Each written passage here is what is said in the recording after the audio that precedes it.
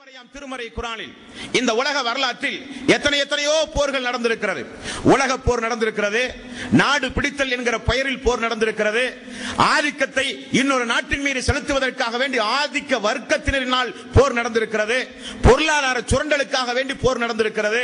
எத்தனையோ போர்கள், லட்சக்கணக்கான கோடிக்கணக்கான மக்கள், அப்பாவி மக்கள் போர்களிலே இழந்த சரித்திரம் உலக வரலாற்றிலே உண்டு.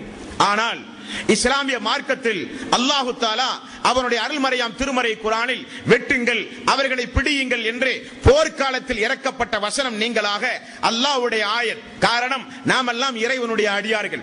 இந்த அடியார்கள் இந்த உலகத்தில் சாந்தி சமாதானத்தோடு பகைமை உணர்வில்லாமல் சகோதரத்துவத்தோடு வாழ வேண்டும் என்பதுதான் இறைவனுடைய நியதி. ஆகவேதான் இறைவன் பகைவர்களை பகைவர்களாகவே நீங்கள் பார்க்காதீர்கள், அந்த பகைவர்களுக்கு கூட, தீமை செய்த மக்களுக்கு கூட நன்மையை செய்யுங்கள், அதன் மூலம் பகைவர்கள் உங்களுக்கு நண்பர்களாக மாறலாம் என்று சகோதரத்துவத்தை அல்லாஹ் 41வது அத்தியாயத்தின் 34வது வசனத்தில் அல்லாஹ் நமக்கு தெளிவுபடுத்துகிறான். வலா தஸ்தவில் ஹஸனத்து வல ஸய்யிஆ, தீமை செய்தவர்களுக்கு நீங்கள் நன்மையை செய்யுங்கள், தீமை செய்தவர்களுக்கு தீமையை செய்யாதீர்கள். தீமை செய்த மக்களுக்கு நன்மை செய்தால் யாருக்கும் இடையே பகைமை இருந்ததோ அந்த பகைமை உணர்வு நீங்கி உங்களுக்கு மத்தியில் சகோதரத்துவம் ஏற்படலாம் என்று சொன்ன மார்க்கம் இஸ்லாம். மேலும் எந்த வேதத்திலும் நீங்கள் பார்க்க முடியாத ஒரு வசனம், எந்த வேதத்திலும் நீங்கள் இப்படிப்பட்ட அறைகோவலை பார்க்க முடியாத ஒரு வசனம், எந்த வேதத்திலும் இப்படிப்பட்ட ஒரு எச்சரிக்கையை பார்க்க முடியாத ஒரு வசனம் திருக்குர்ஆனில் 5வது அத்தியாயத்தின் 32வது வசனத்திலே நீங்கள் பார்க்கலாம். அந்த வசனத்தில் அல்லாஹ் சொல்கிறான், ஃபக்கஅன்னமா கத்தலன் நாஸ ஜமீஆ, அநியாயமாக எந்த காரணமும் இல்லாமல் யார் இந்த பூமியில் ஒரு அடியானுடைய உயிரை பறிக்கிறானோ அவன் மனித சமூகத்தையே கொன்றவனை போலாவான் அல்லாஹ்வுடைய பார்வையில். காரணம், எல்லோரும் என்னுடைய அடியார்கள், எல்லோரும் என்னால் படைக்கப்பட்ட மக்கள். யாராவது இந்த உலகத்தில் ஒரு அநியாயமாக எந்த காரணம் இல்லாமல் ஒரு உயிரை பறித்தால் அவன் எப்படிப்பட்ட குற்றத்திற்குரியவனாக என்னுடைய நீதிமன்றத்தில் நிப்பாட்டப்பட்டு விசாரிக்கப்படுவான் என்றால் உலக மக்கள் அனைவர்களையும் கொன்றவனை போல அவன் எழுப்பப்படுவான் என்று அல்லாஹ் சொல்கிறான். வமன் அஹ்யாக ஃபகஅன்னமா அஹ்யன் நாஸ ஜமீஆ, ஒரு உயிரை இந்த பூமியில் நீங்கள் வாழ வைத்தால் உலக மக்கள் அனைவர்களையும் நீங்கள் வாழ வைத்ததை போல ஆவீர்கள் என்று சொன்ன மார்க்கம் இஸ்லாம். போர் நெறிமுறைகளை மக்களுக்கு போதித்த மார்க்கம் இஸ்லாம். இந்த மார்க்கத்தில் இஸ்லாமிய சாம்ராஜ்யம் அல்லாஹ்வுடைய தூதருடைய கையில் இருந்தும் மதத்தை பரப்ப அல்லாஹ் தஆலா எங்காவது போர் செய்ய தூண்டிய ஒரு வசனத்தை திருக்குர்ஆனிலே காண்பிக்க முடியுமா? சமாதான உடன்படிக்கை செய்த மக்களை எதிர்த்து ஒப்பந்தத்தை முறித்து தூக்கி வீசி ஒப்பந்தத்திற்கு எதிராக அல்லாஹ் தஆலா எங்காவது போர் செய்ய சொன்ன ஒரு இறைவசனத்தை திருக்குர்ஆனிலே பார்க்க முடியுமா? முடியாது. இனி போர் நேரங்களில் கூட பெண்களை கொல்லக்கூடாது, குழந்தைகளை கொல்லக்கூடாது, மத குருமார்களை கொல்லக்கூடாது, ஆன்மீகத்தில் மூத்தவர்களை பாதுகாக்க வேண்டும், வழிபாட்டு தலங்களுக்கு பாதுகாப்பு அளிக்க வேண்டும், நெறிமுறைகளை வகுத்து கொடுத்த மார்க்கம் இஸ்லாம். போர் நேரங்களில் நீங்கள் தாக்கப்படும் பொழுது அவர்கள் உங்களை தாக்க, நீங்கள் பிறரை தாக்கும் பொழுது உடம்புகளை சிதைக்காதீர்கள் அல்லாஹ் தஆலா சொல்கிறான். எங்காவது நடக்குமா? போர் நேரத்தில் போர் தர்மத்தை கற்றுக் கொடுத்த மார்க்கம் இஸ்லாம். ஆகவேதான் இந்த இஸ்லாமிய மார்க்கத்தில் அல்லாஹ் தஆலா அவனுடைய அருள்மறையாம் திருமறை குர்ஆனில் பல இடங்களிலும் அல்லாஹ் மதத்தை பரப்ப போர் செய்யாதீர்கள், சமாதானத்தை விரும்பி வருகிற மக்களை எதிர்த்து போர் செய்யாதீர்கள், ஒப்பந்தம் செய்தால் ஒப்பந்தத்திற்கு எதிராக நடவடிக்கைகளிலே இறங்காதீர்கள். உங்களுடைய ஆட்சியின் கீழ் இஸ்லாம் அல்லாத யாராவது இருந்து அவர்கள் அநியாயமாக உங்களுடைய ஆட்சியின் கீழ் அவர்கள் கொலை செய்யப்பட்டு தண்டிக்கப்பட்டால் சொர்க்கத்துடைய வாசனையை கூட நீங்கள் நுகர முடியாது என்று சொன்ன மார்க்கம் இஸ்லாம். அந்த அளவுக்கு போர் நெறியோடு போர் தர்மத்தோடு எதிர்கொள்ளப்படுகிற ஒரு முதல் போர் இந்த பத்ர் போர். அது கூட ரசூலுல்லாஹி ஸல்லல்லாஹு அலைஹி வஸல்லம் அல்லாஹ்வுடைய ரசூல் அந்த அபூ சுஃபியானுடைய அந்த திட்டத்திற்கு பிறகு அல்லாஹ்வுடைய ரசூல் திரும்ப பயணமாகிற நேரத்தில் பத்ர் போர் வரை, பத்ர் என்கிற இடம் வரை அபூ ஜஹல் வந்து விட்டான் என்கிற செய்தி கிடைத்தவுடன் ரசூலுல்லாஹி ஸல்லல்லாஹு அலைஹி வஸல்லம் அவர்கள் இந்த நிலைக்கு ஆளானார்கள். அல்லாஹ்வும் அனுமதி கொடுத்தான். இப்பொழுது பாருங்கள், அல்லாஹ் தஆலா சொல்கிறான், இந்த அபூ ஜஹல் ஊரில் இருந்து கிளம்புகிற பொழுது எப்படிப்பட்ட எண்ணத்தோடு கிளம்பினான், அவனுடைய எண்ணம் என்ன, அவனுடைய நோக்கம் என்ன, என்பதை அல்லாஹு தஆலா 8வது அத்தியாயத்தின் 47வது வசனத்தில் அல்லாஹ் சொல்கிறான். வலா தகூனு கல்லதீன ஹரஜு மின் தியாரிஹிம் பதரன் வரிஸா அன்னாசி வயசுத்தூன அன் சபீலில்லாஹ். இவன் மிக மிக அநியாயக்காரன். பெருமைக்காக, மனிதர்களுக்கு காண்பிப்பதற்காக வீட்டிலே இருந்து மக்களை எல்லாம் கிளப்பி பத்ர் என்கிற இடத்திற்கு மக்களை அழைத்து வந்திருக்கிறான் இந்த பாவி என்று அல்லாஹு தஆலா தூதருக்கு வஹி மூலம் அறிவிப்பு செய்கிறான். பத்ர் போர் களத்திற்கு வந்து அமர்ந்தாச்சு. சஹாபாக்களிடத்தில் ரசூலுல்லாஹி ஸல்லல்லாஹு அலைஹி வஸல்லம் மசூராவும் செய்து முடித்து விட்டது. நாளைய தினம் போர் நடக்க போகிறது. ரசூலுல்லாஹி ஸல்லல்லாஹு அலைஹி வஸல்லம் பத்ர் போர் அன்றைக்கு இரவு அல்லாஹ்வுடைய ரசூல் நபிகள் நாயகம் ஸல்லல்லாஹு அலைஹி வஸல்லம் மக்களோடு அமர்ந்து கொண்டிருக்கிறார்கள். அப்பொழுது சஹாபாக்கள் ஆலோசனை சொல்கிறார்கள். யா ரசூலல்லாஹ், மக்களோடு மக்களாக கலந்திருக்காதீர்கள். உங்களுக்கு நாங்கள் தனியாக ஒரு கூடாரம் அறைக்கிறோம். அங்கே இருந்து கொண்டு நீங்கள் மக்களுக்காக வேண்டி நீங்கள் கட்டளை பிறப்பியுங்கள். மக்களோடு மக்களாக இருக்காதீர்கள். நாங்கள் மதீனாவிலே இருக்கிற தேர்ச்சி பெற்ற நபர்களை உங்களுக்கு நாங்கள் பாதுகாப்புக்காக வேண்டி நிறுத்துகிறோம் யா ரசூலல்லாஹ் என்று சொன்னார்கள். அல்லாஹ்வுடைய ரசூல் மசூராவுக்கு பிறகு அதே போல அல்லாஹ்வுடைய ரசூலுக்கு தனியாக பாதுகாப்பான ஒரு இடம் ஏற்பாடு செய்யப்பட்டது. உடன் அபூபக்கர் சித்திக் ரலியல்லாஹு அன்ஹு அவர்கள் மட்டும் இருந்தார்கள் என்று வரலாறுகளிலே பார்க்கிறோம். இப்படி ரசூலுல்லாஹி ஸல்லல்லாஹு அலைஹி வஸல்லம் அவர்களுக்காக இங்கே, ஆனால் அங்கே என்ன நடக்கிறது? மதுபானங்களை அருந்தி அடிமை பெண்களை பாட விட்டு இரவு முழுக்க கச்சேரிகள் நடத்தி ஒட்டகங்களை அறுத்து உண்டு மிகப்பெரிய ஒரு ஆரவாரத்தோடு அபூஜஹலுடைய படை ஒருபுறம். இங்க இருக்கிற மக்கள் ஆயுதம் இல்லாத மக்கள். இங்க இருக்கிற மக்கள் 313 317 நபர்களை கொண்ட மக்கள். அங்கே இருக்கிற மக்கள் 1000க்கும் மேற்பட்ட மக்கள். 1/3 பகுதி மக்கள். இந்த மக்களிடத்தில் ஆயுதம் இல்லை, ஆனால் அல்லாஹ் இருக்கிறான். இந்த மக்களிடத்தினுடைய உள்ளத்தில் சிறிது கூட பயம் இல்லை. காரணம், ஈமான் நிரம்பி வழிந்திருந்த உள்ளம் அந்த உள்ளம் எல்லாம். இந்த மக்களை ரசூலுல்லாஹி ஸல்லல்லாஹு அலைஹி வஸல்லம் எப்படி பக்குவப்படுத்தி கொண்டு வந்தார்கள் என்றால் 15 ஆண்டு காலம் பொறுமையையும் சோதனைகளையும் முற்சென்ற சமூகத்துடைய வரலாறுகளையும் எடுத்து சொல்லி சொர்க்கம் வேண்டும் என்றால் தியாகங்களை சகித்தே தீர வேண்டும் என்கிற உறுதிப்பட நிலையான மக்களை ரசூலுல்லாஹி ஸல்லல்லாஹு அலைஹி வஸல்லம் அவர்கள் கொண்டு வந்து நிறுத்தியிருந்தார்கள். அங்கேயோ அபூ சுஃபியான் வந்துவிட்டார், நமக்கு ஏன் இந்த போர் என்று மக்கள் மத்தியிலே சலசலப்பு தொடங்கியது. சிறு சிறு குழுக்களாக 10 பேர் 20 பேர் வந்த சிறு சிறு குழுக்கள் எல்லாம் நமக்கு வேண்டாத வம்பு. முகமது ஒரு இறை தூதர், அவர் இறை தூதரை ஒப்புக்கொள்கிறோமோ இல்லையோ, அவர் ஒன்னு சொன்னால் பழித்து விடும், அவரை எதிர்த்து போர் செய்வது நியாயமல்ல என்றொரு கூட்டம். இன்னொரு கூட்டம், நாம் யாரை எதிர்த்து போர் செய்ய போகிறோம்? அவர்களெல்லாம் நம்முடைய உறவினர்கள், நம்முடைய தந்தை அங்கே இருக்கிறார், நம்முடைய மகன் அங்கே இருக்கிறார், நம்முடைய அண்ணன் தம்பிகள் அங்கே இருக்கிறார்கள். நாளைக்கு போர் செய்து போரில் அவர்கள் எல்லாம் இழந்தால் நம்முடைய குடும்பத்து மக்களை அல்லவா நாம் இழக்க வேண்டி வரும். ஏன் இந்த நிலைப்பாடு? இப்படி ஒரு சாரார். இன்னொரு சாரார், நாம் இன்னொரு முறை முகமது நம்மை அடித்தாலோ துன்புறுத்தினாலோ ஏதாவது இடையூறுக்கு வந்தாலோ அப்பொழுது இந்த முகமதையும் முகமதுடைய தோழரையும் எதிர்த்து மீண்டும் இதைவிட பெரிய பட்டாளத்தை திரட்டி வருவோமே, இப்பொழுதுதான் அபூ சுஃபியான் வந்து விட்டாரே. இப்படி பல கலக்கங்கள் அவர்களுடைய படையில் நடந்து கொண்டிருக்கிறது. மறாவது நாள் போர் நடக்க போகிறது. போர் நடந்தால் ரசூலுல்லாஹி ஸல்லல்லாஹு அலைஹி வஸல்லம் அந்த பத்ர் போருடைய வாழ்க்கை வரலாற்றை பாருங்கள் அன்பான சகோதரர்களே. நான் ஆரம்பத்தில் சொன்னதை போல அபூ ஜஹல் செய்கிற துவா, இங்கே ரசூலுல்லாஹி ஸல்லல்லாஹு அலைஹி வஸல்லம் அவர்கள் செய்கிற துவா, அபூ ஜஹலுடைய துவா வரலாறுகளிலே பார்க்க முடிகிறது. அல்லாஹுவே, அபூ ஜஹலுடைய துவா, அல்லாஹுவே, நாங்கள் உன்னை வணங்குவது உண்மையானால் இந்த முஹம்மதிற்கு எதிராக எங்களுக்கு நீ உதவி செய்ய வேண்டும். இந்த முஹம்மது உறவு முறைகளை துண்டிப்பதற்காக வேண்டிய வந்த மிகப்பெரிய ஒரு பாவி இந்த முஹம்மது. இந்த முஹம்மது நிச்சயமாக நாங்கள் அறியாத ஒரு மார்க்கத்தை எங்களுக்கு எடுத்து சொல்லி எங்களின் மீது ஒரு மார்க்கத்தை திணிக்கிறார் இந்த முஹம்மது. ஆகவே யா அல்லாஹ், இந்த 2 அணியில் உன்னுடைய திருப்திக்குரிய அணி ஏதோ, இந்த 2 அணியில் உன்னுடைய நேசத்திற்குரிய அணி ஏதோ, அந்த அணிக்கு நீ உதவி செய்ய அல்லாஹ்.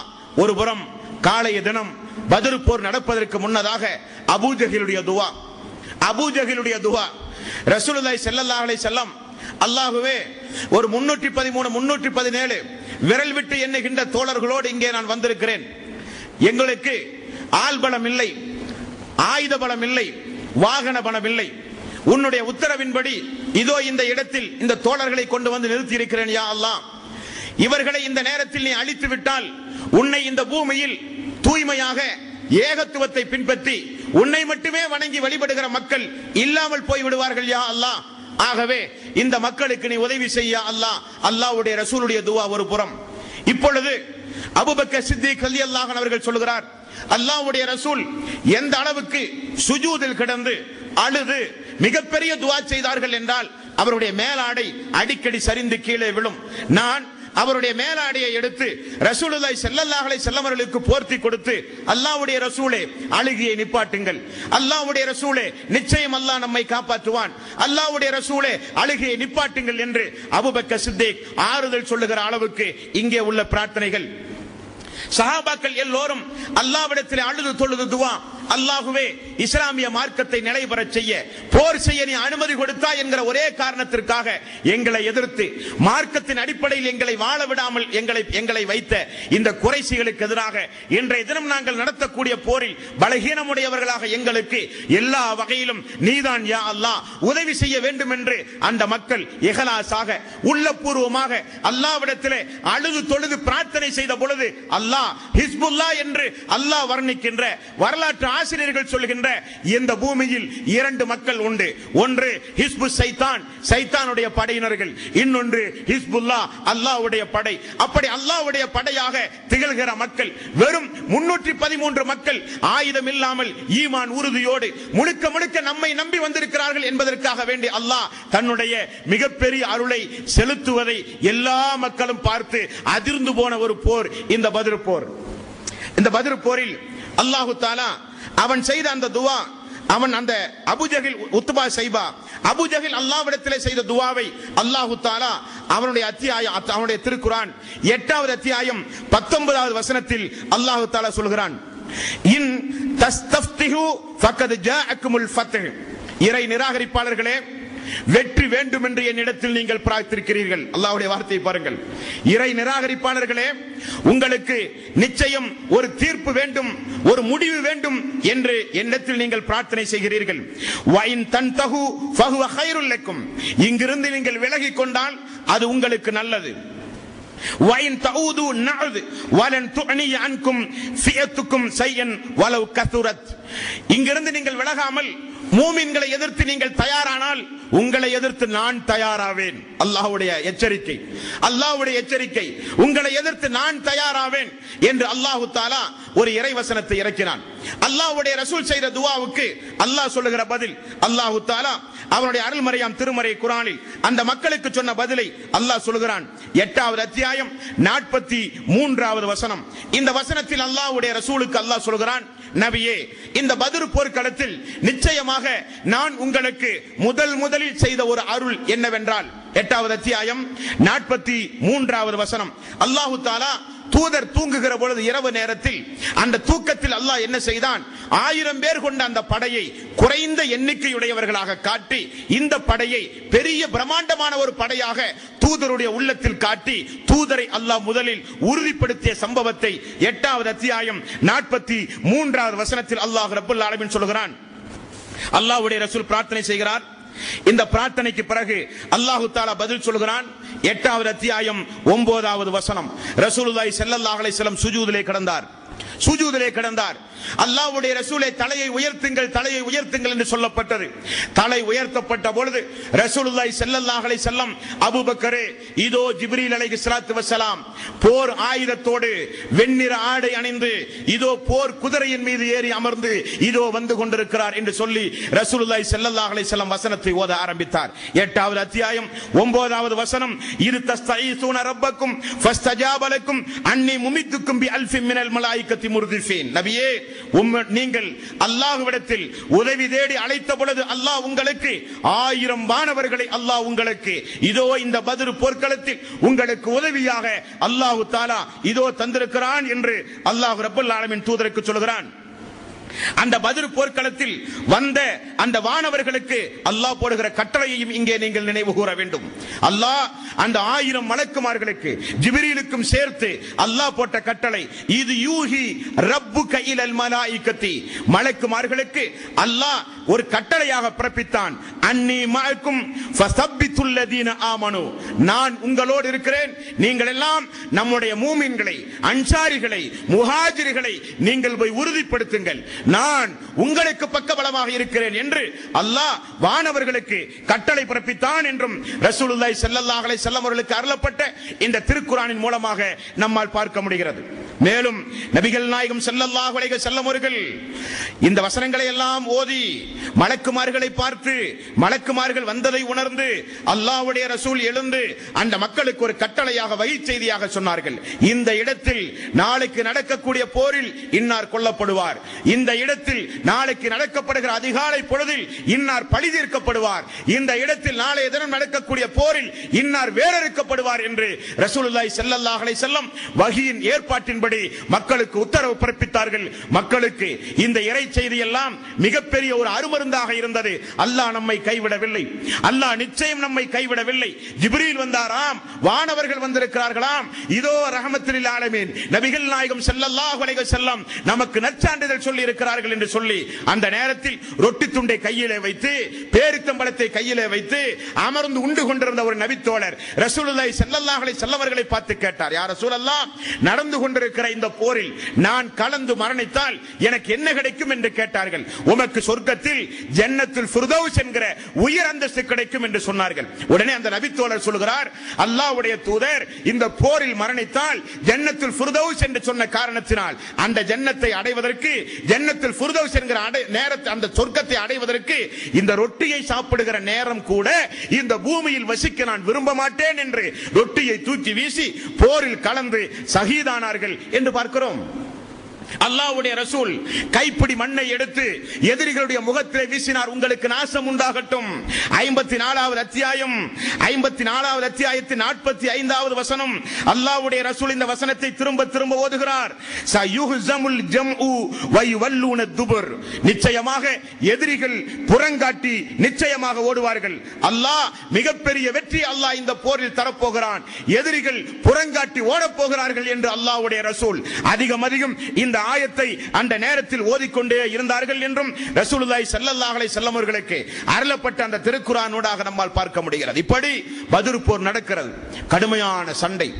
கடுமையான சண்டையில் எதிரிகள் எந்த அளவுக்கு என்றால் ரசூலுல்லாஹி ஸல்லல்லாஹு அலைஹி வஸல்லம் காலை பொழுதில் அங்கிருந்து வந்த ஒரு மனிதனை அல்லாஹ்வுடைய ரசூல் சஹாபாக்கள் பிடித்து விசாரித்த பொழுது யாரெல்லாம் வந்திருக்கிறார்கள் என்று சஹாபாக்கள் கேட்டார்கள். அப்பொழுது அந்த பையன், அந்த மனிதன் சொல்கிறான், அல்லாஹ்வுடைய ரசூலே, முஹம்மது அவர்களே, அபூஜஹலை பார்த்தேன், உத்பாவை பார்த்தேன், உமையாவை பார்த்தேன், உத்பா பின் ரபீஆவை பார்த்தேன், சைபா பின் ரபீஆவை பார்த்தேன், உத்பா பின் முஐதை பார்த்தேன், உக்பா பின் முஐதை பார்த்தேன், பட்டியலே சொல்கிறான் அந்த சகோதரன். உடனே ரசூலுல்லாஹி ஸல்லல்லாஹு அலைஹி வஸல்லம், அல்லாஹு அக்பர், அல்லாஹு தஆலா மக்கா தன்னுடைய இருதய பகுதியை வெளியேற்றி இருக்கிறது, தன்னுடைய ஈரல் பகுதியை மக்கா வெளியேற்றி இருக்கிறது. ரசூலுல்லாஹி ஸல்லல்லாஹு அலைஹி வஸல்லம் அவர்கள் சொன்னார்கள், இந்த இடத்தில் அல்லாஹ்வுடைய தூதருடைய ஒரு முன் அறிவிப்பையும் உங்களுக்கு நான் உங்களுடைய கவனத்திலே பதிவு செய்து கொள்ள விரும்புகிறேன். ஒரு நாள் சாத் பின் முஆத் ரலியல்லாஹு அன்ஹு உம்ராவுக்காக சென்ற பொழுது, பத்ர் போருக்கு முன்னதாக உம்ராவுக்கு சென்ற பொழுது, உமையா, பிலால் ரலியல்லாஹு அன்ஹுடைய எஜமான் உமையா சாத் அவர்களுக்கு நண்பர், அவருடைய வீட்டில் போய் தங்கி பகல் பொழுதில் தவாப் செய்து கொண்டிருக்கும் பொழுது அபூஜஹல் வந்து கடுமையாக எதிர்க்கிறான். உங்களுடைய அன்சாரி தோழர்கள் தான் அந்த முகமதுக்கு பாதுகாப்பு கொடுத்துக் கொண்டிருக்கிறீர்களா, மிக விரைவில் அதனுடைய வேதனையை நீங்கள் அனுபவிப்பீர்கள் என்று கடுமையாக எச்சரிக்கிறான். சாத் திரும்ப சொல்கிறார், உன்னை மிரட்டலுக்கெல்லாம் நாங்கள் பயப்படுவது கிடையாது, நீ ஏதாவது ஒன்றை செய்தால் சிரியாவுக்கு உன்னுடைய வியாபார கூட்டமே செல்லாமல் பாதையை அடைத்து விடுவோம் என்று எச்சரிக்கை செய்கிறார். இருவருக்கு மத்தியில் வாக்குவாதம் நடக்கிறது. அப்பொழுது வாக்குவாதத்திற்கு பிறகு உமையாவோடு அமர்ந்து கொண்டிருக்கும் பொழுது சாத் பின் முஆத் ரலியல்லாஹு அன்ஹு அவர்கள் சொன்னார்கள், உமையாவே, சொல்லுகிறேன், வருத்தப்படாதே, உம்மை குறித்து ரசூலுல்லாஹி ஸல்லல்லாஹு அலைஹி வஸல்லம் ஒரு முன்னறிவிப்பு செய்திருக்கிறார். என்ன முன்னறிவிப்பு? நீ மிக சீக்கிரம் கொலை செய்யப்படுவாய். உமையா பயந்து போனார். பிலாலுடைய எஜமான் அவன் ஓடி போய் தன்னுடைய மனைவி இடத்தில் இப்படி என்னுடைய அன்சாரி தோழர் முஹம்மது சொன்னதாக ஒரு முன்னறிவிப்பு செய்கிறார் என்று சொல்லப்பட்டது. மனைவி சொன்னால் முஹம்மது பேசினால் பொய் சொல்ல மாட்டார், முஹம்மது பேசினால் உண்மையாகத்தான் இருக்கும், ஜாக்கிரதையாக இருங்கள் என்று சொல்லப்பட்டது. அப்பொழுதுதான் இந்த போருக்கு உமையாவையும் வலுக்கட்டாயமாக அபூஜஹில் அழைக்கிறான். உமையா சொல்லியும் விடுகிறார், ஏற்கனவே முன்னதாகவே அன்சாரி தோழரின் மூலம் இப்படிப்பட்ட ஒரு முன்னறிவிப்பை நான் கேள்விப்பட்டிருக்கிறேன், என்னால் வர இயலாது என்கிறான். பல வகையிலும் அவனை ஏளனமாக பேசி 2 நாள் நீ வந்தால் போதும், போர் நடப்பதற்கு முன்னதாக நீ திரும்ப வந்து விடு என்றெல்லாம் சொல்லி உமையாவை இழுத்து கொண்டு வந்து போரிலே சிக்க வைத்து விடுகிறான். இந்த 1000 பேர்களில் கிட்டத்தட்ட ஒரு 300க்கும் அதிகமான மக்கள் போர் செய்ய விருப்பம் இல்லாத மக்கள். அபூஜஹலுடைய கட்டாயத்தின் காரணமாக வேறு வழி இல்லாமல் வந்த மக்கள். அந்த மக்கள் எப்படியாகினும் மக்காவில் நம்மை கேவலமாக பேசுவார்களே என்பதற்காக வேண்டி விருப்பம் இல்லாத வந்த கூட்டம் தனி. இப்பொழுது போர் நடக்க போகிறது. மலக்குமார்கள் எல்லாம் வந்து விட்டார்கள். அல்லாஹ்வுடைய அணியில் தூதர்களுடைய அல்லாஹ்வுடைய ரசூல் உருவாக்கிய சஹாபாக்களுடைய அணியில் 313 பேர்களும் அங்கே 1000 நபர்களுமாக இருந்து போர் நடந்து கடுமையான தாக்குதலும் எதிர்த்தாக்குதலும் நடந்து அல்லாஹ் தஆலா மிகப்பெரிய வெற்றியை பத்ர் சஹாபாக்களுக்கு அல்லாஹ் கொடுத்து அல்லாஹ் தஆலா மிகப்பெரிய ஒரு நற்செய்தியையும் அல்லாஹ் சொன்னான். உங்களுடைய இனி வாழ்நாளில் நீங்கள் செய்ய போகிற பாவங்களை எல்லாம் நான் மன்னித்து விட்டேன் என்றும் அல்லாஹ் ரப்பல் ஆலமீன் ஒரு சுப செய்தி சொன்ன போர்தான் இந்த பத்ர் போர். இந்த பத்ர் போர்க்களத்தில் பத்ர் போர் முடிந்து நடந்த சம்பவம் நமக்கு பெரிய ஒரு பாடம், ஒரு படிப்பினை. அப்துர் ரஹ்மான் இப்னு அவுஃப் இவரும் உமையாவுக்கு ஆரம்பகால நண்பர். இந்த பத்ர் போர்க்களத்தில் உமையா கொல்லப்படாமல் கைதிகளாக பிடிக்கப்பட்டார். உமையாவும் உமையாவுடைய மகன் அலி இப்னு உமையா இருவரும் வாப்பாவும் மகனும் தந்தையும் மகனும் கைதியாக பிடிக்கப்பட்டார்கள். உமையா என்ன சொல்கிறார்? அப்துர் ரஹ்மான் இப்னு அவுஃபே, என்னை கொன்று விடாது, நாமெல்லாம் காலம் காலமாக எப்படிப்பட்ட நட்போடு பழகியவர்கள் என்று உனக்கு தெரியும். என்னிடத்தில் ஒட்டகம் உண்டு, குதிரைகள் உண்டு, செல்வங்கள் உண்டு, எல்லாம் உனக்கு நான் தருகிறேன். என்னை பத்திரமாக மதீனாவிலே வைத்து என்னை நீ பாதுகாத்தால் போதும் என்று பேசி அப்துர் ரஹ்மான் இப்னு அவுஃப் என்னுடைய அடிமையாக நீ இரு என்று பேசி அவரை அழைத்து வந்த ஒரு சம்பவம் பத்ர் போர்க்களத்திலே நடந்த ஒரு சம்பவம். ரசூலுல்லாஹி ஸல்லல்லாஹு அலைஹி வஸல்லம் எங்கு போர் நடந்தாலும் போர் முடிந்தவுடன் கிளம்ப மாட்டார். குறைந்தது 3 நாள் போர் நடந்த இடத்தில் அல்லாஹ்வுடைய ரசூல் இருப்பார்கள். அப்படி ரசூலுல்லாஹி ஸல்லல்லாஹு அலைஹி வஸல்லம் அந்த பத்ர் போர்க்களத்தில் இருக்கும் பொழுது இந்த சம்பவம் நடைபெறுகிறது. இந்த உமையா அப்துர் ரஹ்மான் இப்னு அவுஃபுடைய கையில் இருப்பதை பிலால் ரலியல்லாஹு அன்ஹு அவர்கள் பார்த்து விடுகிறார். காரணம், இந்த பிலால் ரலியல்லாஹு அன்ஹு அவர்களை சொல்லனா துன்பத்திற்கு ஆளாக்கியவன் இந்த உமையா. பிலால் ரலியல்லாஹு அன்ஹு அவர்கள் குன்றின் மீது ஏறி நின்று கொண்டு அப்துர் ரஹ்மான் இப்னு அவுஃப் அவர்களை பார்த்து சொல்கிறார், அப்துர் ரஹ்மான் இப்னு அவுஃப் அவர்களே, இந்த உமையா உயிரோடு இருக்கும் காலம் வரை உங்களுடைய பிலாலுக்கு நிம்மதியே இருக்காது, உயிரோடு இருக்கும் காலமெல்லாம் இந்த பிலாலுக்கு நிம்மதி இருக்காது என்று 2க்கு 3 முறை அப்துர் ரஹ்மான் இப்னு அவுஃப் இடத்தில் பேசுகிறார். அப்துர் ரஹ்மான் இப்னு அவுஃப், கருப்பியின் மகனே, எனது அடிமையாக இருக்கிற இவரை எதிர்த்து பேச உனக்கு என்ன துணிச்சல் என்று பேசிவிடுகிறார் குறும்புத்தனமாக கோபப்பட்டு. உடனே பிலால் ரலியல்லாஹு அன்ஹு அவர்கள் முஹாஜிர்களையும் அன்சாரி தோழர்களையும் அழைக்கிறார்கள் சப்தம் போட்டு, இந்த உமையா உயிரோடு இருக்கிற காலம் வரை உங்களுடைய பிலால் நிம்மதியோடு இருக்க முடியாது, நிம்மதியோடு இருக்க முடியாது என்று சொன்னார். உடனே சஹாபாக்கள் எல்லாம் அப்துர் ரஹ்மான் இப்னு அவுஃப் அவர்களையும் சேர்த்து அவர்கள் வட்டமிட்டு உமையாவையும் உமையாவுடைய மகனையும் சேர்த்து கொண்ட ஒரு சரித்திர சம்பவம் இந்த பத்ர் போர்க்களத்திலே உண்டு. இந்த பத்ர் போரில் உமர் ரலியல்லாஹு அன்ஹு அவர்கள், அப்பாஸ் ரலியல்லாஹு அன்ஹு, ரசூலுல்லாஹி ஸல்லல்லாஹு அலைஹி வஸல்லம் சிறிய தந்தை விருப்பம் இல்லாமல் அபூஜஹலுடைய நிர்பந்தத்தின் பேரில் அவரும் போருக்கு வந்திருக்கிறார். போரில் கைதியாக பிடிக்கப்பட்டிருக்கிறார். உமர் ரலியல்லாஹு அன்ஹு அவர்கள் சொல்கிறார், அப்பாஸ் அவர்களே, எனது தந்தை கத்தாப் இஸ்லாத்தை தழுவுவதை காட்டிலும் நீங்கள் இஸ்லாத்தை தழுவுவதை நான் பெரிதும் விரும்புகிறேன். காரணம், நீங்கள் இந்த இஸ்லாத்தை ஏற்றுக்கொண்டால் அல்லாஹ்வுடைய ரசூல் அதை விட வேறு சந்தோஷமாக வேறு எதையும் அல்லாஹ்வுடைய ரசூல் கருத மாட்டார் என்று உமர் ரலியல்லாஹு அன்ஹு அவர்கள் சொன்ன சம்பவம். அப்பாஸ் ரலியல்லாஹு அன்ஹு அவர்கள் இஸ்லாத்தை ஏற்றார்கள். அபூபக்கர் சித்திக் தனது மகன் அப்துர் ரஹ்மான் பத்ர் போர்க்களத்தில் எதிரியாக வந்தவன், அவனை கைதியாக பிடித்து அப்துர் ரஹ்மான் இப்னு அபூபக்கர் சித்திக் ரலியல்லாஹு அன்ஹு அவர்கள் தனது மகன் அப்துர் ரஹ்மான் இடத்திலே கேட்கிறார், மகனே, நீ பாவியாக இந்த நேரத்தில் வந்திருக்கிறாயே, நான் விட்டு சென்ற செல்வங்களை எல்லாம் இந்த நேரத்தில் கொண்டு வந்து அபூஜஹலுடைய கையிலே கொடுத்தாயே என்று ஏசுகிறார், பேசுகிறார். மகன் அப்துர் ரஹ்மான் சொல்கிறார், தந்தையே, அப்படி ஒன்று பொருளாதாரத்தை கொடுக்கவல்ல, நீங்கள் விட்டு சென்ற பொருளாதாரம் வீட்டிலே உண்டு, சமாதானமாக இருங்கள். இன்னொரு சம்பவம் நடக்கிறது. முஸ்அப் உமைர் ரலியல்லாஹு அன்ஹு, முஸ்அப் அவர்களுடைய தம்பி அஜீஸ் என்பவர் அந்த போரில் பிடிக்கப்படுகிறார். சகோதரர் உமைர் முஸ்அப் ரலியல்லாஹு அன்ஹு சஹாபாக்களை பார்த்து சொல்கிறார், சகோதரன் என்று கூட பாராமல் சொல்கிறார், இவனை நீங்கள் பத்திரமாக பாதுகாத்து வையுங்கள். காரணம், இவனுடைய தாய் எவ்வளவு விலை இவனுக்கு ஈடாக கொடுத்தாலும் இவனை இங்கிருந்து வாங்கி செல்வார்கள், பாதுகாப்பாக வையுங்கள் என்று உமைர் முஸ்அப் ரலியல்லாஹு அன்ஹு அவர்கள் சொன்ன சம்பவம் அந்த பத்ர் போரில் இடம்பெற்ற சம்பவம். ஒரு நபித்தோழர் வருகிறார், யா ரசூலல்லாஹ், என்ன ஒரு அதிசயம் அல்லாஹ்வுடைய ரசூலே, நான் குதிரையின் மீது ஏறி எதிரி ஒருவனை நான் வெட்டுவதற்காக வேண்டி வாளைத்தான் தூக்கினேன் யா ரசூலல்லாஹ், ஆனால் அவனுடைய தலை கீழே விழுந்து விட்டது. நான் இன்னொரு நபித்தோழர் சொல்கிறார், அல்லாஹ்வுடைய ரசூலே, மிகப்பெரிய ஒரு அதிசயம், நம்முடைய அணியில் பெரிய ஆயுதம் ஒன்றும் இல்லை, ஆனால் சாட்டையால் அடிப்பதை போல பெரிய பெரிய சப்தத்தை யா ரசூலல்லாஹ் நாங்கள் எங்களுடைய அணியிலே கேட்டோம். ரசூலுல்லாஹி ஸல்லல்லாஹு அலைஹி வஸல்லம், ஆமாம் உண்மைதான். அல்லாஹ்வுடைய ரசூலே, நாங்கள் ஒரு மனிதனை கொல்லச் செல்வதற்கு முன்னதாக அவன் கீழே விழுந்து விடுகிறான் யா ரசூலல்லாஹ், ஆமாம் உண்மைதான். அல்லாஹ் தஆலா நம்முடைய பிரார்த்தனைகளை ஏற்றுக்கொண்டு 1000க்கும் மேற்பட்ட வானவர்களை அல்லாஹ் அனுப்பி அல்லாஹ் உங்களுக்கு உதவி செய்தான் என்று சொல்லப்பட்டது. அபு உதைபா ரலியல்லாஹு அன்ஹு, யா ரசூலல்லாஹ், இதோ என்னுடைய தந்தை மரணித்து கிடக்கின்ற தன்னுடைய தந்தையை பார்த்து அபு உதைபா ரலியல்லாஹு அன்ஹு அவர்கள் ரசூலுல்லாஹி ஸல்லல்லாஹு அலைஹி வஸல்லம் இடத்திலே சொன்னார்கள், யா ரசூலல்லாஹ், இதோ என்னுடைய தந்தை. அல்லாஹ்வுடைய ரசூல் கேட்டார்கள், தந்தையுடைய மரணத்தில் வாடுகிறீரா அபு உதைபாவே? தந்தையுடைய இழப்பை எண்ணி ஏன் முகம் சுளித்திருக்கிறது அபு உதைபாவே? அபு உதைபா சொன்னார், அல்லாஹ்வுடைய ரசூலே, தந்தையுடைய மரணத்தை நினைத்து ஒரு பொழுதும் நான் கலங்குகிறவன் கிடையாது. என்னுடைய தந்தை புத்தி கூர்மையானவர், பேச்சாற்றலுடையவர், படிக்கின்ற திறமை உடையவர், நல்ல சிந்தனை உடையவர். அல்லாஹ்வுடைய மார்க்கத்தை ஏற்றுக்கொண்டு மரணித்திருக்காமல் சிறுக்கு வைத்த நிலையில், இணை வைத்த நிலையில் மரணித்து போய்விட்டாரே யா ரசூலல்லாஹ், அவருக்கு மறுமை நாளில் நரகத்துடைய அடித்தளம் அல்லவா யா ரசூலல்லாஹ், அதை நினைத்து நான் வேதனைப்படுகிறேன் என்று அபு உதைபா அவர்கள் சொன்ன சம்பவத்தையும் இந்த இடத்தில் உங்களுடைய கவனத்திலே நான் பதிவு செய்து கொள்கிறேன். ரசூலுல்லாஹி ஸல்லல்லாஹு அலைஹி வஸல்லம் பத்ர் போரில் என்ன நடக்கிறது? அல்லாஹ்வுடைய ரசூல் மரணித்து விட்டார், கடுமையான சேதம் என்று மதீனா முழுக்க யூதர்கள் திட்டம் திட்டி ஒரு பிரச்சாரம் செய்து கொண்டிருந்தார்கள், உஹது போர்க்களத்தில் செய்த திட்டத்தை போல.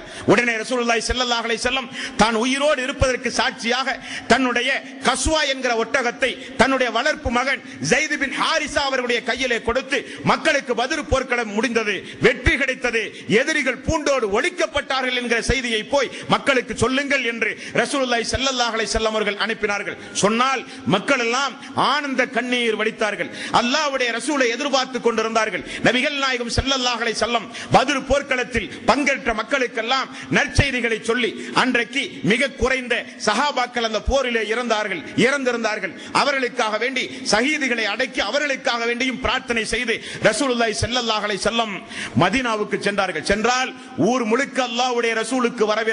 பாதி மக்கள் வந்து சொன்னார்கள், யா ரசூலல்லாஹ், இப்படி ஒரு போர், பாக்கியமான ஒரு போர், அல்லாஹ் தஆலா போரில் கலந்து கொண்ட மக்களுடைய இனி வரப்போகிற பாவத்தை எல்லாம் மன்னிப்பதாக சொன்னானே, அந்த வாய்ப்பு எங்களுக்கு கிடைக்காமல் போச்சே யா ரசூலல்லாஹ். நீங்கள் இங்கிருந்து புறப்படும் பொழுது போர் என்று சொல்லவில்லை, அபூ சுஃபியானுடைய வியாபார பொருளை வழிமறிப்பதற்கு தான் செல்கிறோம் என்று சொன்ன காரணத்தினால் தானே யா ரசூலல்லாஹ் நாங்கள் உங்களோடு போருக்கு வரவில்லை, வந்திருந்தால் எங்களுக்கும் அந்த சிறப்பு கிடைத்திருக்குமே யா ரசூலல்லாஹ் என்று மதீனாவில் அன்றைக்கு இருந்த மக்கள் ஆதங்கப்பட்டார்கள். அல்லாஹ்வுடைய ரசூல் சத்தியமாக, அல்லாஹ்வுமே சத்தியமாக, நீங்கள் சொல்வது முழுக்க முழுக்க உண்மை என்று ரசூலுல்லாஹி ஸல்லல்லாஹு அலைஹி வஸல்லம் அவர்கள் சொன்னார்கள். உஸ்மான் ரலியல்லாஹு அன்ஹு, யா ரசூலல்லாஹ், உங்களுடைய மகள் ருக்கையா இதோ இறந்து போய் விட்டார்கள் யா ரசூலல்லாஹ், நோய்வாய்ப்பட்டு கிடந்த காரணத்தினால் என்னை அருகில் இருந்து பாதுகாப்பாக இருங்கள், உனக்கும் பத்ர் போரில் பங்கெடுத்த நன்மை உண்டு என்று சொன்னீர்களே யா ரசூலல்லாஹ், எனக்கு அந்த நன்மை கிடைக்குமா யா ரசூலல்லாஹ்? உண்டு, உங்களுக்கும் அந்த நன்மை உண்டு என்று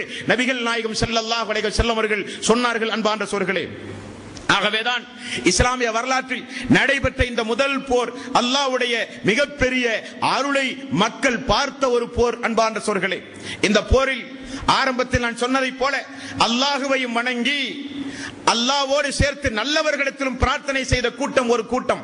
இன்னொரு கூட்டம் தன்னுடைய முழு பொறுப்பையும் ஹஸ்புனல்லாஹு வ நிஅமல் வக்கீல், பாதுகாப்பதில் தலை சிறந்த பாதுகாவலன் அல்லாஹ், தவக்குல்து அலல்லாஹ், எல்லா பொறுப்புகளையும் அல்லாஹ்விடத்திலே நாங்கள் ஒப்படைக்கிறோம் என்று சொன்ன மக்கள் தங்களுடைய பிரார்த்தனை, திக்ருகள், ஸலவாத்துகள் எதையாக இருந்தாலும் தூதருக்கு கூட செய்யாமல் முழுக்க முழுக்க அல்லாஹ்வுக்காக வேண்டி மட்டுமே வணக்க வழிபாட்டு செய்த மக்கள் இன்னொரு புறம்.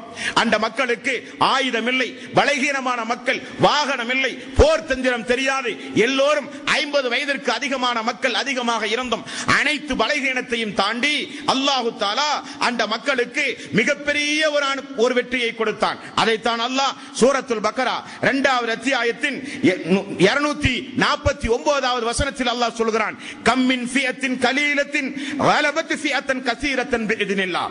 அல்லாஹ்வுடைய அனுமதியோடு, அல்லாஹ்வுடைய அருளோடு, அல்லாஹ்வுடைய உதவியோடு எத்தனையோ சின்ன சின்ன கூட்டங்கள் பெரிய பெரிய கூட்டத்தை எல்லாம் துரத்தி அடித்திருக்கிறது என்று அல்லாஹ் அவனுடைய அருள்மறையாம் திருமறை குர்ஆனில் அப்படிப்பட்ட ஒரு சம்பவத்தை வர்ணித்தும் அல்லாஹ் ரப்பல் ஆலமீன் சொல்கிறான்.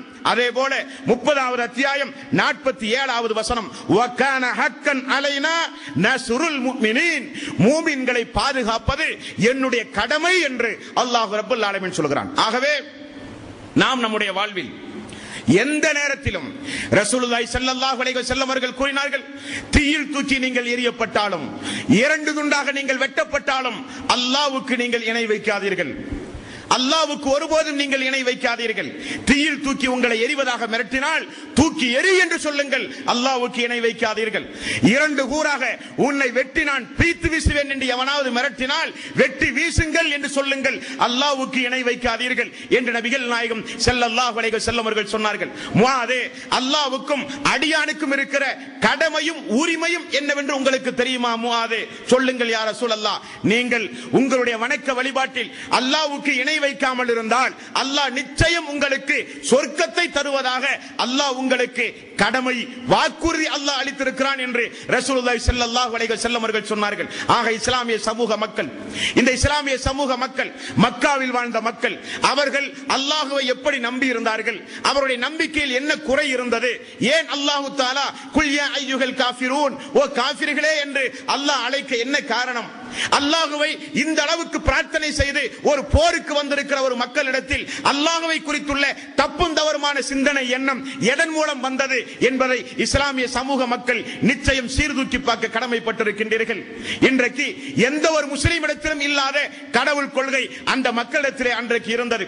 அல்லாஹ் சொல்கிறான், அவர்கள் நம்ப வேண்டிய விதத்தில் நம்பவில்லை, வணக்க வழிபாடு செலுத்த வேண்டிய விதத்தில் வணக்க வழிபாடு செலுத்தவில்லை, எனக்கு இணையாளர்களை ஏற்படுத்தி விட்டார்கள். அவர்கள் நான் பரிந்து பேச வேண்டுமா? அவர்கள் என்னை அழைத்து பரிந்து பேசினால் நான் மன்னிப்பேன் என்றெல்லாம் எனக்கு இணையாளர்களை உலகத்தில் ஏற்படுத்திய குற்றத்தை செய்த காரணத்தினால் இஸ்லாமிய மார்க்கத்தை விட்டு வெளியேறிவிட்டார்கள் என்று அல்லாஹ் பகிரங்கமாக சொல்லுகின்ற இந்த தீய ஒரு இணை வைத்தல் என்கின்ற இன்ன ஷிர்கல் ஸுல்முன் அலீம், இணை வைத்தல் என்பது மிகப்பெரிய பாவம். வமன் யுஸ்ரிக் பில்லாஹி ஃபகத் ஹர்ரமல்லாஹு அலைஹில் ஜன்னah, இணை வைத்து விட்டால் சொர்க்கத்தை அல்லாஹ் ஹராமாக்கி விட்டதாக அல்லாஹ் எச்சரிக்கிறானே. சமூக ரீதியாக எவ்வளவு பெரிய எதிர்ப்புகள் நமக்கு வந்தாலும் நாம் அல்லாஹ் ஒருவனை சார்ந்தவர்கள், அல்லாஹ்வுக்காக வேண்டி மட்டுமே இந்த உலகத்தில் வாழக்கூடியவர்கள். நம்முடைய லட்சியம் சொர்க்கம், நமக்கு மக்களை பற்றியுள்ள பயம் இல்லை. ஆகவேதான் அல்லாஹ் 41வது அத்தியாயத்தின் 30வது வசனத்தில் நமக்கு ஒரு நற்செய்தி அல்லாஹ் சொல்கிறான். இன்னல்லதீன காலூ ரப்புனல்லாஹ் ثم استقاموا تتنزل عليهم الملائكة ألا تخافوا ولا تحزنوا وابشروا بالجنة التي كنتم توعدون. அல்லாஹ் தான் எங்களுடைய ரப் என்று சொல்லி அல்லாஹ்வுடைய விஷயத்தில் உறுதியாக யார் இருக்கிறார்களோ அவர்களை காப்பாற்ற அல்லாஹ் வானத்திலே இருந்து அல்லாஹ் மலக்கை இறக்குகிறான், விசேஷமான மலக்கு. அவர் நம்மோடு இருப்பார். இன்னொரு இடத்தில் அல்லாஹ் சொல்கிறான், அவர் உங்களுடைய முன்பக்கமும் பின்பக்கமும் இருப்பார், உங்களுடைய வலது பக்கமும் இடது பக்கமும் இருப்பார். அல்லா தகாஃபு வலா தஹ்சனு வஅப்ஷிரு பில் ஜன்னத்தில் லத்தி குன்தும் துஆதுன். யாருக்கும் பயப்படாதீர்கள், உறுதியோடு நெஞ்சு தைரியத்தோடு இந்த பூமியிலே நீங்கள் இருங்கள், நாங்கள் நிச்சயம் உங்களை பாதுகாப்போம். சொர்க்கம் செல்கிற வரை, சொர்க்கத்துடைய வாசலில் கொண்டு போய் உங்களை விடுகிற வரை உங்களுக்கு நான் தான் பாதுகாப்பு என்று அல்லாஹ் ஏகத்துவவாதிகளை, அல்லாஹ்வை மட்டுமே வணங்குகிற மக்களை அல்லாஹ் வானவர்களை கொண்டு பாதுகாப்பதாக நமக்கு அல்லாஹ் நிச்சயம் வாக்கு தருகிறான்.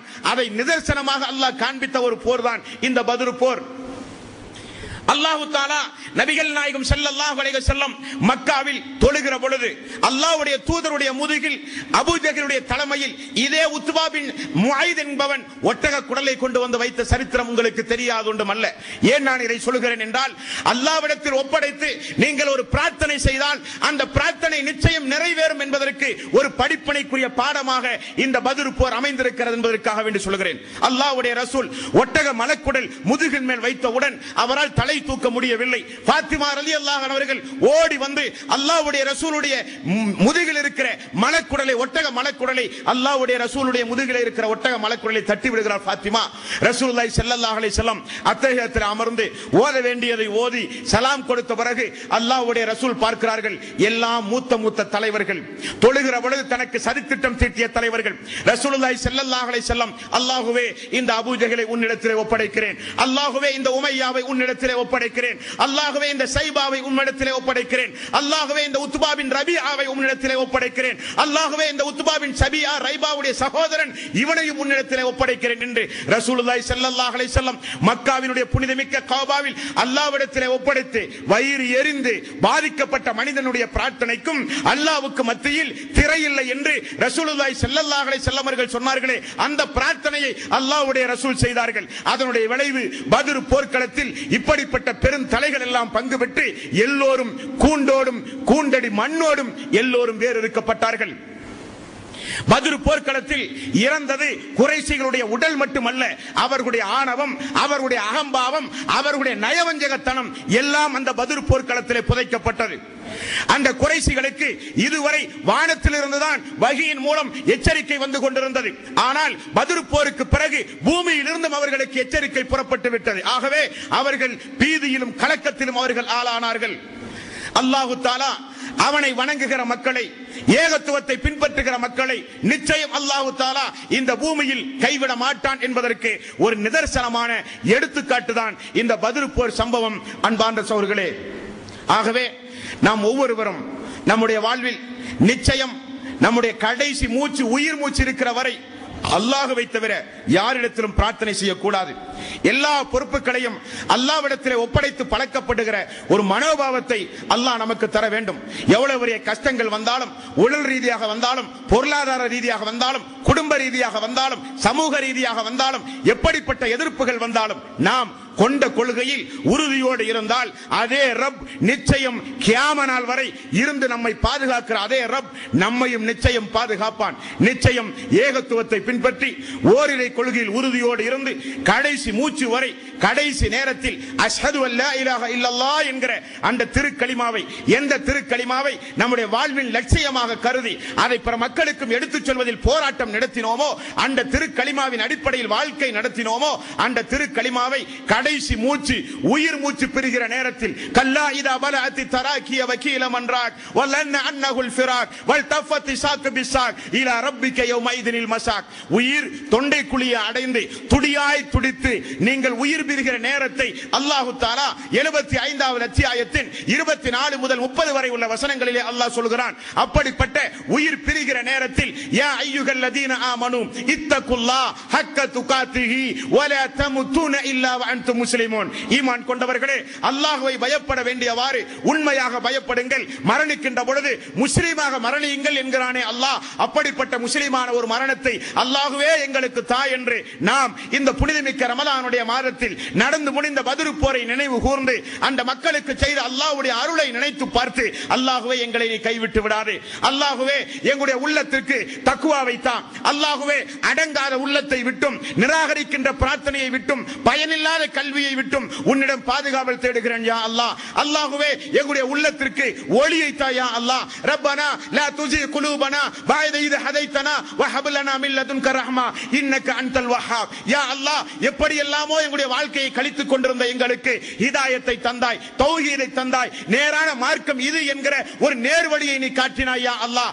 அப்படி நேர்வழியை காட்டிய பிறகு எங்களுடைய உள்ளம் தடம் புரண்டு சென்று நாங்கள் வழிகேட்டின் பக்கம் செல்லாமல் எங்களை நீ பாதுகாப்பாயாக யா அல்லாஹ் என்று பிரார்த்தனை கேட்க பொருத்தமான மாதம், பொருத்தமான நாள் இந்த புனிதமிக்க ரமலானுடைய மாதமும் புனிதமிக்க ரமலானுடைய நோன்பு நோட்ட நிலையில் இபாதத்து செய்கிற நிலையில் இருக்கிற இந்த நேரமும் என்பதை நீங்கள் மறந்து விடாதீர்கள். ஆகவே நம்முடைய இதாயத்திற்காக, நம்முடைய நண்பர்களுடைய இதாயத்திற்காக, நம்முடைய சமூக மக்களுக்காக, இந்த நம்மை சுற்றி இருக்கிற மக்கள் எல்லாம் இன்னும் அல்லாஹ்வை குறித்து, தௌஹீதை குறித்து, இஸ்லாத்தினுடைய அல்லாஹ்வுடைய ஏகத்துவ கலிமாவை குறித்து விளங்காத மக்களாக இருக்கிறார்கள் என்பதை புரிந்து சமூகத்திற்காக வேண்டியும் துஆ செய்யுங்கள்.